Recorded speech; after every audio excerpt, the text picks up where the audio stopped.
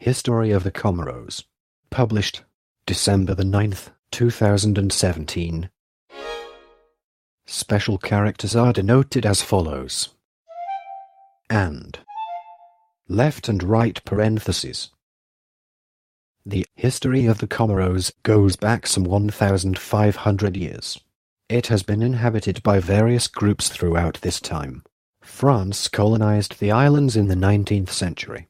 The Comoros finally became independent in 1975. Part 1. Early inhabitants. According to myth, the Comoros Islands were first visited by Phoenician sailors. The earliest inhabitants of the islands were probably Bantu-speaking Africans. The earliest evidence of settlement of the islands dates from the 6th century. Traces of this original culture have blended with successive waves of African, Arab and Malagasy. Shirazi immigrants appear to have arrived sometime after the 10th century AD. In the 16th century, social changes on the East African coast probably linked to the arrival of the Portuguese saw the arrival of a number of Arabs of Hadrami who established alliances with the Shirazis and founded several royal clans. Over the centuries, the Comoro Islands have been settled by a succession of diverse groups from the coast of Africa, the Persian Gulf, Southeast Asia and Madagascar. Portuguese explorers first visited the archipelago in 1505. Apart from a visit by the French Parmentier brothers in 1529, for much of the 16th century the only Europeans to visit the islands were Portuguese. British and Dutch ships began arriving around the start of the 17th century, and the island of Ngazidja soon became a major supply point on the route to the east. Ngazidja was generally ruled by a single sultan, who occasionally attempted to extend his authority to Mayotte and Mohéli. Ngazidja was more fragmented, on occasion being divided into as many as 12 small kingdoms. Both the British and the French turned their attention to the Comoros Islands in the middle of the 19th century. The French finally acquired the islands through a cunning mixture of strategies, including the policy of divide and conquer, checkbook politics and a serendipitous affair between a sultana and a French trader that was put to good use by the French, who kept control of the islands, quelling unrest and the occasional uprising. William Sunley, a planter and British consul from 1848 to 1866, was an influence on Anjouan. Part 2. Colonial rule. On the 25th of March 1841, France purchased the island of Mayotte. The name of the island was corrupted in French to Mayotte. Ratified the 13th of June 1843. Which became a colony. In 1850, Sultan Selim of Johanna Island seized the American whaler, Maria, and imprisoned her commander, named Moores. In response, the United States Navy launched the Johanna expedition in February 1852 to gain the release of Moores and extract compensation. Initially, the Sultan did not meet the demands, and the sloop of war USS Dale bombarded the island's fortifications. Ultimately, Selim paid $1,000 and released Captain Moores. In 1886, Said Ali bin Said Omar, Sultan of Bambao, signed an agreement with the French government that allowed France to establish a protectorate over the entire island of Ngazidja. Grande Comoro. Protectorates were also established over Ngazidja, Anjouan, and Mohéli. Mohéli Island in French. The same year, residents were posted on the three islands.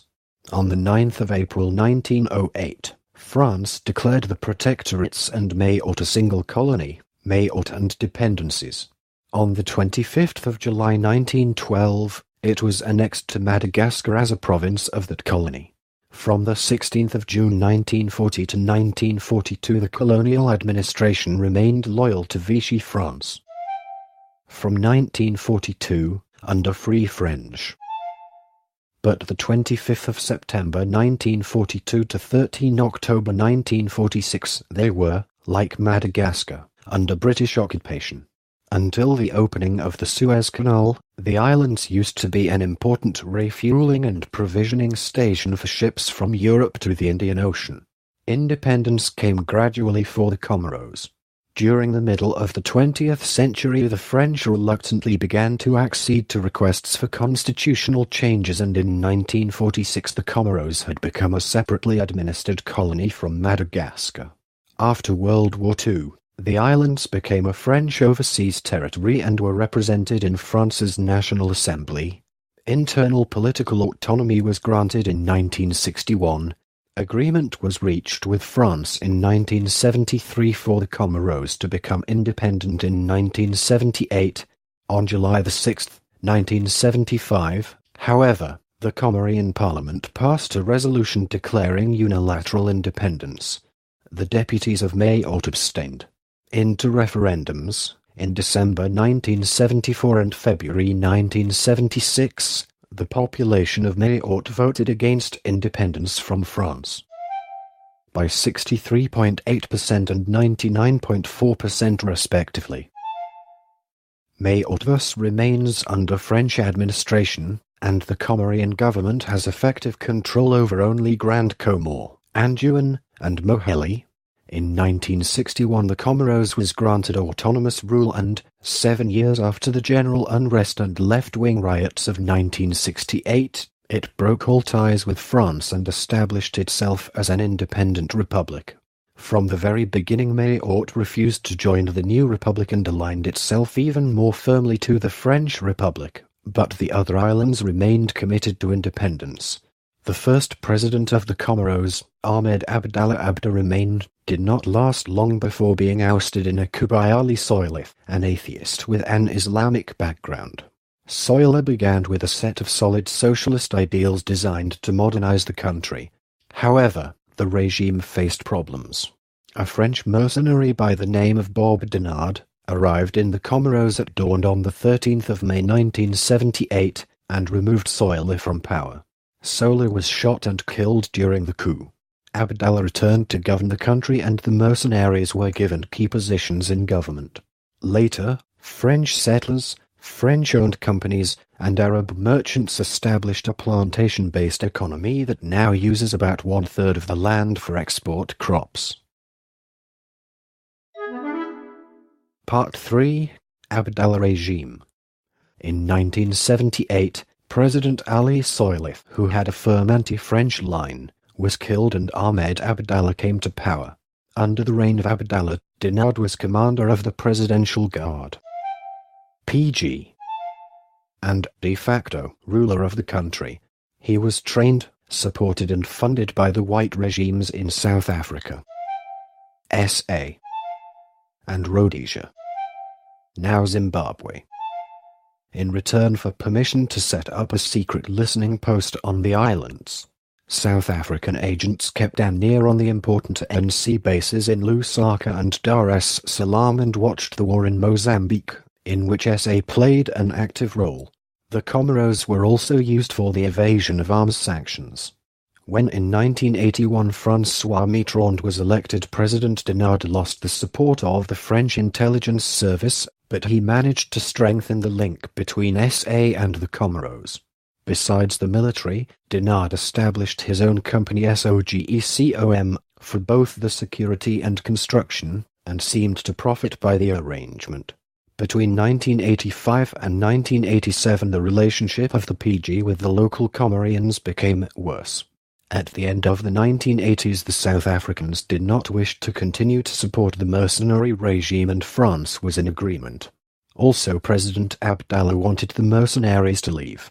Their response was a third coup resulting in the death of President Abdullah, in which Denard and his men were probably involved. South Africa and the French government subsequently forced Denard and his mercenaries to leave the islands in 1989. Part 4, 1989 to 1996. Said Mohamed Johar became president. His time in office was turbulent, including an impeachment attempt in 1991 and a coup attempt in 1992. On September 28, 1995, Bob Denard and a group of mercenaries took over the Comoros Islands in a coup, named Operation Kaskari by the mercenaries against President Johar. France immediately severely denounced the coup, and backed by the 1978 defense agreement with the Comoros, President Jacques Chirac ordered his special forces to retake the island. Bob Denard began to take measures to stop the coming invasion. A new presidential guard was created. Strong points armed with heavy machine guns were set up around the island, particularly around the island's two airports. On October 3, 1995, 11 p.m., the French deployed 600 men against a force of 33 mercenaries and a 300-man dissident force. Denard, however, ordered his mercenaries not to fight. Within 7 hours, the airports at Iconi and Hahia and the French embassy in Moroni were secured. By 3 p.m. the next day, Bob Denard and his mercenaries had surrendered. This response operation, codenamed Azali, was remarkable because there were no casualties, and just in 7 days, plans were drawn up and soldiers were deployed. Denard was taken to France and jailed. Prime Minister Kambiel Yakubu became acting president until Johar returned from exile in January 1996. In March 1996, following presidential elections, Mohamed Taqi Abdul Karim, a member of the civilian government that Denard had tried to set up in October 1995, became president. On the 23rd of November 1996, Ethiopian Airlines Flight 961 crashed near a beach on the island after it was hijacked and ran out of fuel, killing 125 people and leaving 50 survivors. Part 5. Secession of Anjouan and Mohéli. In 1997, the islands of Anjouan and Mohéli declared their independence from the Comoros. A subsequent attempt by the government to re-establish control over the rebellious islands by force failed, and presently the African Union is brokering negotiations to effect a reconciliation. This process is largely complete, at least in theory. According to some sources, Mohéli did return to government control in 1998. In 1999, Anjouan had internal conflicts, and on August 1st of that year, the 80-year-old first president Foundi Abdullah Ibrahim resigned, transferring power to a national coordinator, said Abaid. The government was overthrown in a coup by army and navy officers on August 9, 2001. Mohamed Bakar soon rose to leadership of the junta that took over, and by the end of the month he was the leader of the country. Despite 2 coup attempts in the following 3 months, including one by Abaid, Bakar's government remained in power, and was apparently more willing to negotiate with the Comoros. Presidential elections were held for all of the Comoros in 2002, and presidents have been chosen for all 3 islands as well, which have become a confederation. Most notably, Mohamed Bakar was elected for a 5-year term as president of Anjouan. Grande Comoro had experienced troubles of its own in the late 1990s. When President Taqi died on November 6, 1998, Colonel Azali Assoumani became president following a military coup in 1999. There have been several coup attempts since, but he gained firm control of the country after stepping down temporarily and winning a presidential election in 2002. In May 2006, Ahmed Abdallah Sambi was elected from the island of Anjouan to be the president of the Union of the Comoros. He is a well-respected Sunni cleric who studied in the Sudan, Iran and Saudi Arabia. He is respectfully called Ayatollah by his supporters, but is considered, and is, a moderate Islamist. He has been quoted as stating that the Comoros is not ready to become an Islamic state, nor shall the veil be forced upon any women in the Comoros. Part 6. 2007 to 2008 Anjouan Crisis. This recording is a derivative work from Wikipedia. For more information, please visit www.frogcast.org.